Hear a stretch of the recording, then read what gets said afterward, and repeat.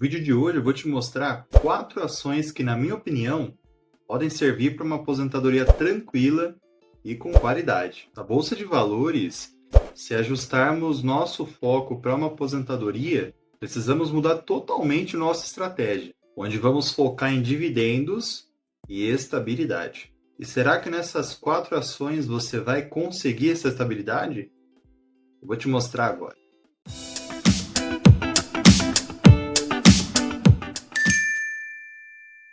Fala pessoal, eu sou o Roger, criador do canal Victorious, e antes de mostrar as 4 ações para vocês se aposentarem, eu peço que vocês me ajudem a crescer aqui no YouTube e se inscrevam no canal aqui embaixo. A meta é chegar nos primeiros 1000 inscritos, tá ok? Então bora lá. Primeiramente precisamos compreender a dinâmica da Bolsa de Valores. Ao planejar uma carteira de investimentos voltada para a aposentadoria, a consideração de volatilidade desempenha um papel importante para evitar os riscos. A aposentadoria é um período em que a preservação do capital e a geração de renda passiva são essenciais. Dito isso, a diversificação em ativos que geram renda passiva e com uma volatilidade menor são importantíssimas, tá bom? Então o foco principal, galera, deve ser em buscar ações que pagam dividendos e que são estáveis e sólidas financeiramente falando, tá bom? A aposentadoria é um objetivo de longo prazo, permitindo que você se beneficie do poder dos famosos juros compostos, né? Manter uma perspectiva de longo prazo também ajuda a reduzir as preocupações com a volatilidade do curto prazo que a Bolsa de Valores pode te entregar, né? É importante sim acompanhar as ações periodicamente no curto prazo. Esteja atento às mudanças nas condições do mercado, tanto como uma alta ou baixa da Selic, e também das necessidades pessoais suas e os objetivos da sua aposentadoria, tá bom? Mas lembrando, galera, foquem sempre em acumular as cotas de ações para o longo prazo para você receber os dividendos. Então, cada vez mais que você compra as ações nos momentos corretos, as ações vão aumentando e os dividendos pagos aumentam também. E esses novos dividendos reinvestidos geram ainda mais renda para o seu bolso, virando a famosa bola de neve que todo mundo já ouviu falar, né? Mas chega de enrolação. Vamos então para as 4 ações para vocês se aposentarem. A primeira é a famosíssima Banco do Brasil. Essa não tem o que falar, né? Hoje ela está com valor de R$ 47,47 atualmente, é claro, no momento do vídeo. E o dividend yield dela nos últimos 12 meses é de 11%. Tem pagado bastante nos últimos anos, né? No primeiro semestre de 2023, a empresa alcançou um lucro líquido ajustado de 17,3 bilhões de reais, apresentando um aumento de 20% em relação ao mesmo período do ano anterior.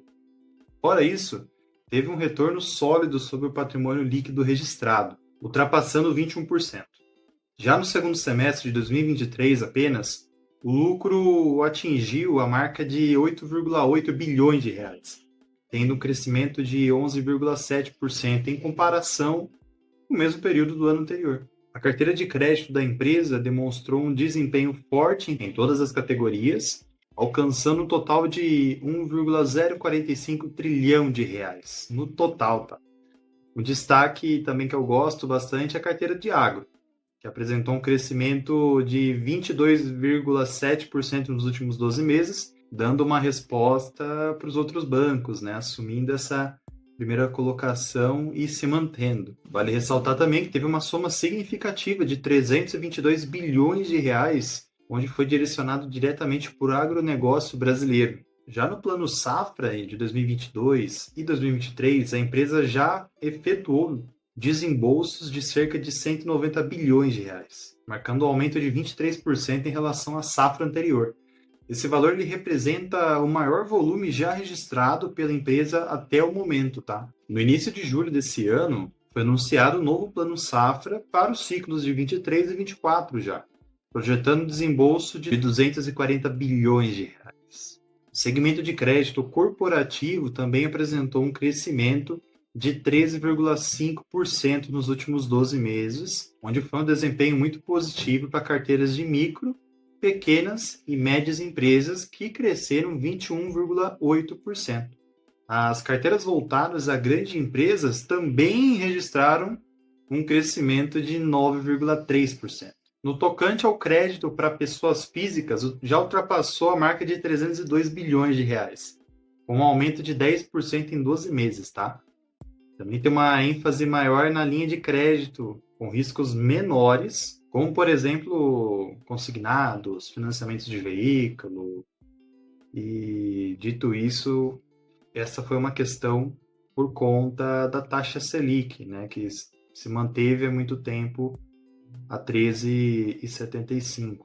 Com essa queda que ela vai ter, os bancos vão começar a se beneficiar demais. Já no que se refere à qualidade da carteira, a empresa mantém um perfil sólido, apresentando uma inadimplência de 90 dias, tá bom? A margem financeira bruta totalizou 44 bilhões de reais no semestre, refletindo um crescimento considerável de 36% em relação ao mesmo período do ano anterior. O índice de eficiência da empresa encerrou o trimestre em 28,3%, alcançando o melhor patamar da história da organização, tá? Em resumo, a empresa finalizou mais um trimestre mantendo sua alta rentabilidade e uma sólida base de capital, sendo uma empresa que, na minha opinião, até o momento segue estável, com ótimos números e com dividendos muito atrativos. Ela está tendo uma tendência no gráfico mensal de alta, então isso me passa um sinal muito positivo para evitar a volatilidade, tá bom?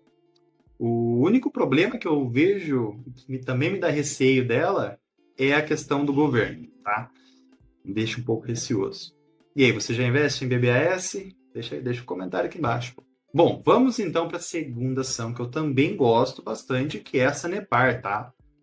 Hoje está com valor de R$ 4,44 e o dividend yield dela nos últimos 12 meses é de 8,35%. A empresa alcançou um índice de atendimento de 100% no fornecimento de água, indicando cobertura total, tá? Entretanto, o atendimento de esgoto ficou de 79,4%, mostrando espaço para expansão nesse serviço. Ponto importante.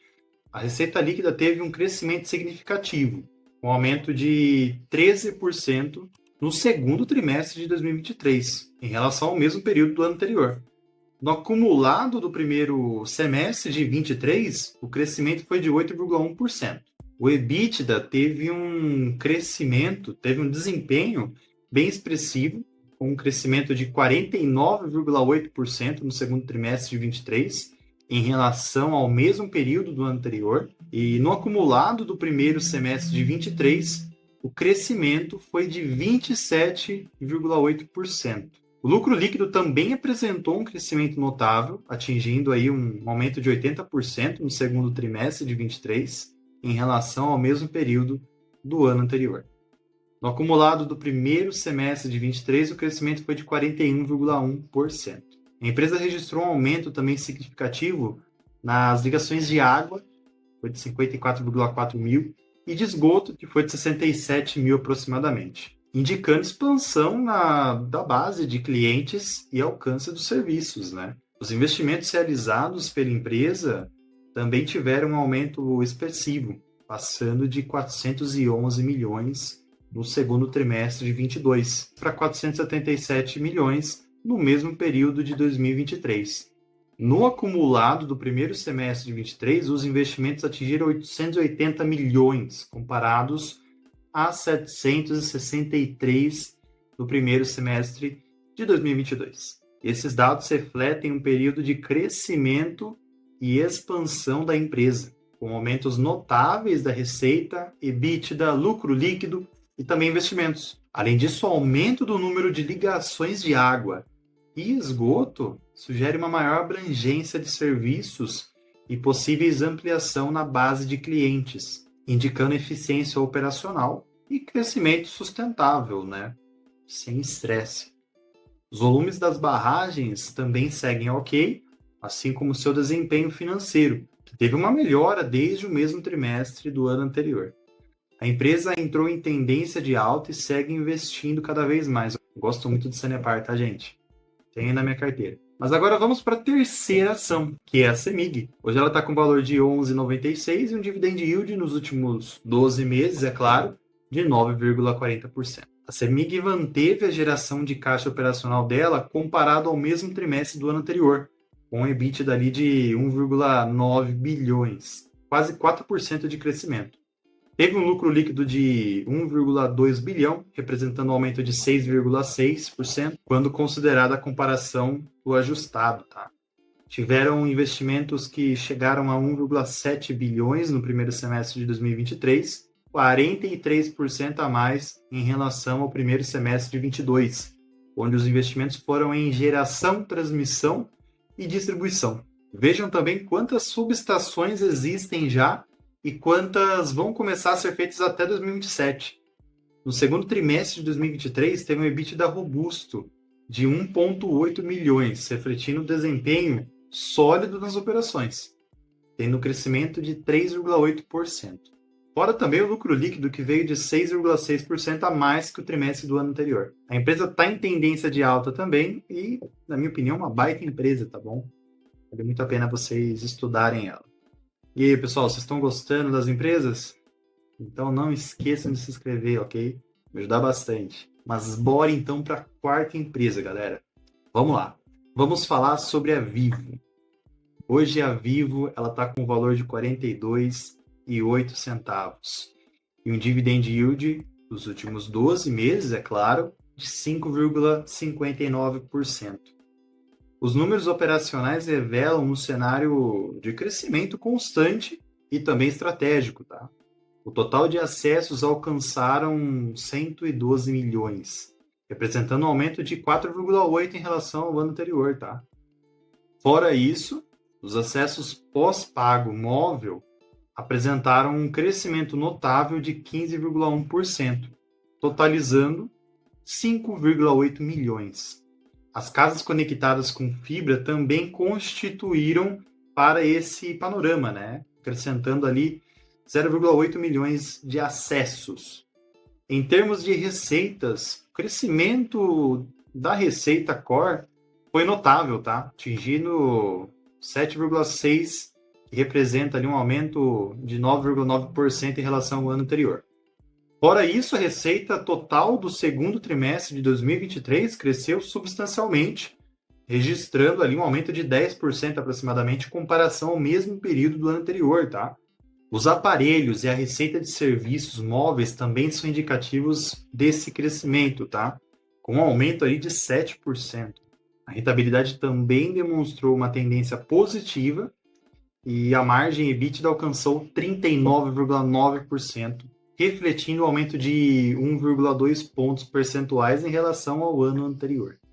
Os números do EBITDA do segundo trimestre de 2023 já evidenciaram ainda mais esse desempenho que vem, de certa forma, sólido, né? O fluxo de caixa operacional do primeiro semestre de 2023 atingiu uma marca de 6 bilhões, representando um aumento impressionante de 29% aproximadamente em relação ao ano anterior, como sempre. A margem de 23,5% é um sinal adicional de eficácia nas operações, tá? O crescimento de internet e de fibra continua a se expandir, impulsionado por dois fatores chaves: o aumento no número de clientes e a redução das taxas de churn, que é de cancelamento dos serviços, tá? Essa tendência reflete uma abordagem eficaz que está resultando em resultados positivos, tá, galera? A Vivo ela vem demonstrando melhorias substanciais na tendência de ARPU, que seria a receita média por usuário, e na taxa de churn, que é igual que eu comentei com vocês, é o cancelamento de serviços. A redução da taxa de churn é outro indicador positivo que reflete a satisfação do cliente, né, galera? E fora isso, também tem a qualidade dos serviços prestados. Uma taxa de cancelamento mais barata sinaliza que os clientes estão encontrando valor duradouro na oferta da empresa e também estão propensos a buscar alternativas em outros lugares. Não tem coisa melhor, né? Esses indicadores positivos eles servem como incentivo para que a empresa continue investindo em inovação e ainda mais agora com a tendência de baixa que a Selic vai entrar. A Vivo, assim como as outras, também está em tendência de alta, tá? Então eu sempre vou prezar por isso.